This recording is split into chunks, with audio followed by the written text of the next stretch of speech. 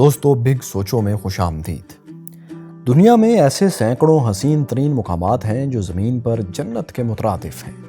لاکھوں سیاح ہر سال مختلف جگہوں پر چھٹیاں گزارنے کے لیے جاتے ہیں۔ سال 2020 کے اعداد و شمار دیکھیں تو کیمین آئی لینڈز، جو کہ برطانوی ایک حصہ ہے، وہ چھٹیاں گزارنے کے لیے دنیا کا سب سے مہنگا پوائنٹ رہا ہے۔ یہاں فلائٹ کے اخراجات کو چھوڑ کر سیاحوں نے یومیہ اوسطاً تقریباً 460 برطانوی پاؤنڈز کی رقم خرچ کی، جبکہ دوسرے نمبر پر ابو ظبی رہا، جس کی یومیہ اوسط سفری قیمت 398.45 برطانوی پاؤنڈز رہی۔ یہ تو تھے سال 2020 کے اعداد و شمار، لیکن آج کی اس ویڈیو میں ہم آپ کو ایک ایسے آئی لینڈ کے بارے میں بتانے جا رہے ہیں جہاں کا پانی ایسا صاف ہے کہ سمندر کی تہ جتنی بھی وہاں ہو نظر آتی ہے، اور ساحل ایسے سفید ہے کہ ریت نہیں بلکہ ناریل کا گودا لگے گا آپ کو۔ ہم بات کر رہے ہیں بورا بورا آئی لینڈ کی، جسے دنیا کا سب سے خوبصورت آئی لینڈ بھی کہا جاتا ہے۔ ارب پتی لوگ اپنی چھٹیاں گزارنے زیادہ تر اسی جزیرے پر جانا پسند کرتے ہیں۔ اس ویڈیو میں ہم آپ کو بورا بورا آئی لینڈ کے متعلق بہت سی دلچسپ باتیں بتائیں گے۔ دوستو، اگر آپ کو ٹریول کا موقع ملے اور آپ نے اپنا انسٹاگرام ایک ہی جگہ سے بھرنا ہو تو بورا بورا آئی لینڈ سے زیادہ دلکش کوئی جگہ نہیں۔ یہاں اوور واٹر بنگلوز میں رہنا 5 اسٹار ہوٹل سے 1000 گنا زیادہ مزے کی چیز ہے۔ یہاں کا ٹور آپ زندگی بھر نہیں بھول سکتے۔ دوستو، بورا بورا فرانسیسی پولینیشیا کا ایک جزیرہ ہے۔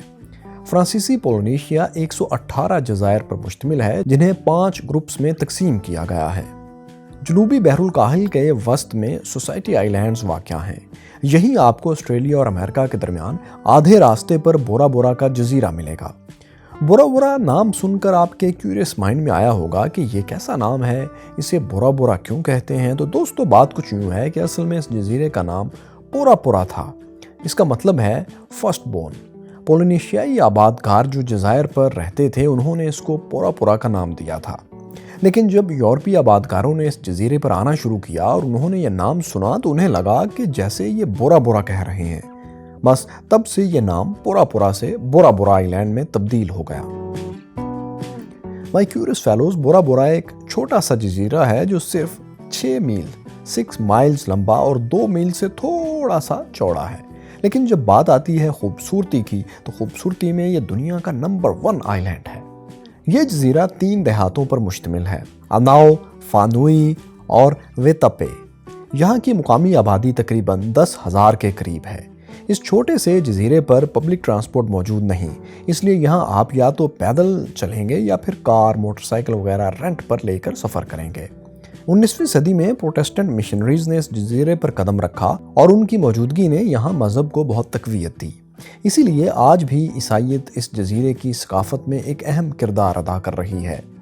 اس آئی لینڈ کے مرکز میں ایک معدوم آتش فشاں موجود ہے جو ایکوا میرین جھیل تک پہنچنے سے پہلے ایک سرسبز جنگل میں پھیل جاتا ہے۔ یوں لگتا ہے گویا مرکز میں پہاڑ ہے جس کے ارد گرد چھوٹا سا جنگل موجود ہے، اور اس خوبصورت نظارے کو مزید 4 چاند ایکوا میرین جھیل کے صاف شفاف پانی نے لگا دیے ہیں۔ دوستو، مشہور رائٹر جیمز میکنر، جنہوں نے ٹیلز آف ساؤتھ پیسیفک لکھی، انہوں نے ہی بورا بورا کو دنیا کا سب سے خوبصورت جزیرہ قرار دیا تھا۔ 18ویں صدی کے ایک برطانوی ایکسپلورر جیمز کوک نے اس دلکش جزیرے کو پرل آف پیسیفک یعنی بحر الکاہل کا قیمتی موتی کہا تھا۔ بورا بورا چھوٹا سا جزیرہ پرتعیش ریزارٹس، صاف شفاف گرم پانی، سورج کی دلکش کرنوں اور پرخلوص مقامی لوگوں سے بھرا ہوا ہے۔ فرانسیسی پولینیشیا کے اس چھوٹے جزیرے کی مرکزی صنعت سیاحت ہی ہے۔ یہاں آنے والے سیاح بے شمار طریقوں سے لطف اندوز ہو سکتے ہیں۔ یہاں کی خوبصورت جھیل میں سکوبا ڈائیونگ کے مزے لے سکتے ہیں۔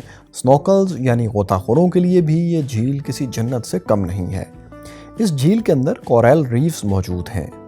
سنوکلنگ کے دوران آپ کی ملاقات بہت سی مچھلیوں اور شارک سے بھی ہو سکتی ہے۔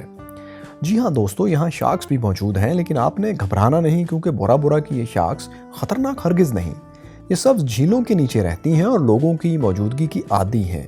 یہاں موجود شارک کی سب سے عام قسم جو آپ دیکھیں گے وہ بلیک ٹپ ریف شارک ہے۔ آپ یہاں سوئمنگ بھی کر سکتے ہیں اور پانی کے اندر سکوٹر بھی چلا سکتے ہیں۔